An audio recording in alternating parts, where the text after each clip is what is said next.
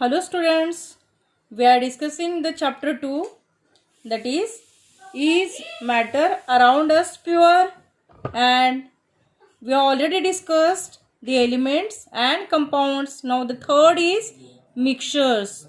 What are the mixtures? It is related to, we have already seen that the matter is divided into pure and impure, and in that impure part the mixtures come. And if the mixtures we are taking, what are the types related to the mixture, that we will see in this video. And for that, first we will see the definition. Now what are the mixtures are formed when the elements and compounds are mixed together to form a composition and a new compound is formed.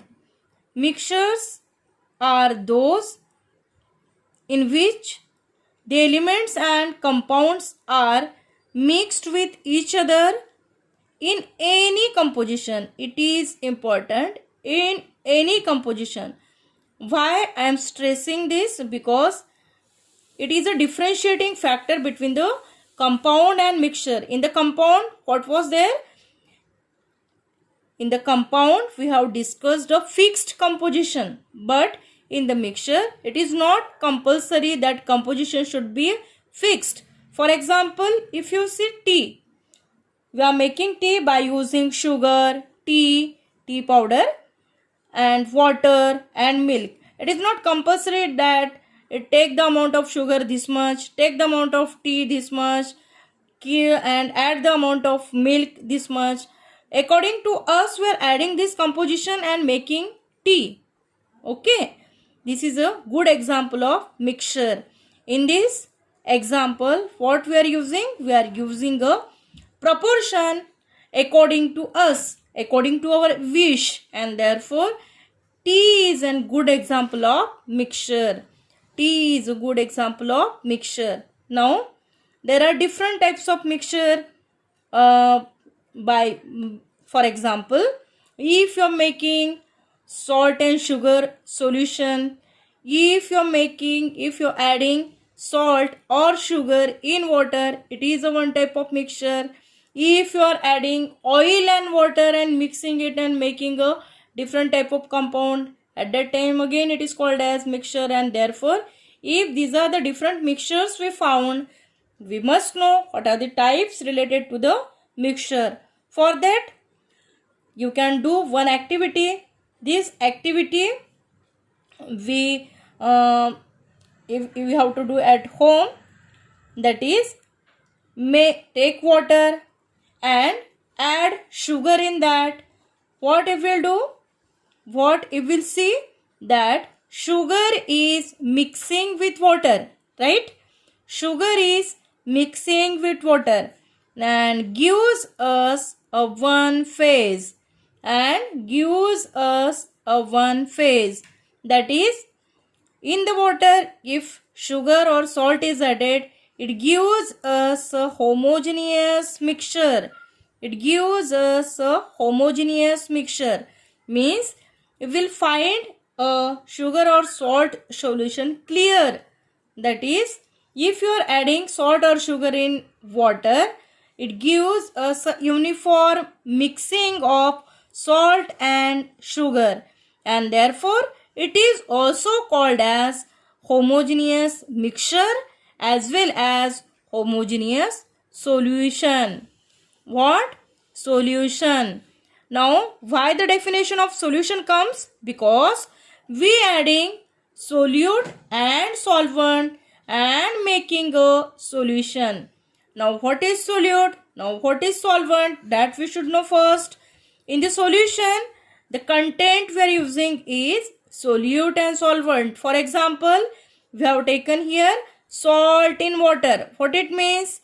That water is acting as a solvent here, and salt is acting as a solute here, and by dissolving solute and solvent, salt solution we made.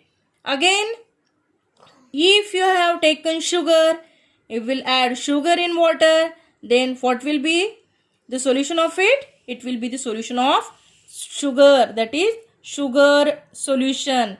And therefore what we are saying, that solution is a homogeneous mixture of two or more substances. What is solution? Solution is a homogeneous mixture of two or more substances. Okay. Then the next come, that is heterogeneous solution. You can do this activity at home. What you will do? What you have to do? As activity, you take water and try to dissolve oil in that. Is it possible? No. Is it possible? No. What will be the probable observations? Oil will float on water. Oil will float on water. Why it is so? Because oil will not dissolve in water. Again I am giving the example of sand in water. Now sand in water, what you will see? Water, sand will go down and water will come up. In this way, sand in water is again belonging to the mixture, that is a heterogeneous mixture. Again, if you are adding sugar and salt with each other, for example, sugar is taken and salt is taken, at that time what will happen? They are seen by two phases. They are seen by two phases, means sugar at one side, salt in the another side, and in this way they are giving us a heterogeneous mixture. Now if you go through the definitions, then what will be definition of homogeneous mixture, what will be the definition of heterogeneous mixture, that we will see. You understood the two activities. In the first activities, what we do? We added sugar and salt and make a homogeneous mixture. Here what we did? We added sand and water and made a homogeneous mixture. Again what we did? Oil and water is added and made heterogeneous mixture. Therefore the definitions related to the mixture both are: a homogeneous mixture is a solid or liquid or gaseous mixture that has the same proportion. Proportion will be same of its components throughout any given sample. Components काय झालेले दिसतील आपल्याला?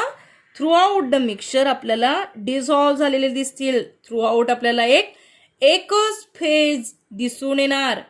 Then what will be the about heterogeneous mixture? The heterogeneous mixture has components in which proportion vary. Proportion काय होणार इथे? Vary होणार throughout the sample. Proportion will vary throughout the sample and therefore called as heterogeneous mixture, as we have seen the example of tea. In the tea, according to our wish, we are adding sugar, tea, water and milk, and therefore it is a heterogeneous mixture. Now let's see the differentiation between mixtures and compounds. Now the first factor is, or first point is, elements or compounds just mix together to form a mixture, and here in the compounds, elements react to form a new compound. There is a formation of new compound. In the mixture, the second point is, the mixture has a variable composition. Here the composition of the elements vary and therefore mixture has a variable composition, as we have seen in the example of tea. Here the composition of each new substance is always fixed. For example, if you take here H2O, then the hydrogen and oxygen combination is fixed, and therefore by using the hydrogen and oxygen we will get a H2O as a compound, and therefore what we are saying, the composition of each new substance is always fixed. Here in the mixture, the third point is mixture shows properties of the constituent substances. Mixture shows properties of the constituent substances. For example, if you are adding water salt, it tastes salty. If you are adding in water sugar, its taste will be sweet. In this way, the mixture shows properties of the constituent substances, but the new substances in the compound, the new substances has totally different properties. As we are seeing that H2O is a compound, then the element hydrogen shows different properties and oxygen shows different properties, and therefore if by using hydrogen and oxygen H2O is made or H2O is formed, at that time the new substance H2O gives totally a different properties than oxygen and hydrogen, and therefore it is a differentiating factors between the mixtures and the compounds. Now the fourth point which is related to the mixture is the constituents can be separated easily by physical methods. Physical methods apply करून आपण काय करू शकतो, हे जे mixtures आहेत त्यातले कन्स्टिट्युएंट particle separate करू शकतो. For example, if you want to separate out sugar from the sugar solution, you can separate by the evaporation method in this way. And here if you see the compounds, in the compounds it is not possible because you have to use a chemical methods or chemical reactions to separate it, or by the electrochemical reaction the compounds can be separated. It is not by the physical or a simple method is done, and therefore these are the differentiating properties between mixtures and compounds.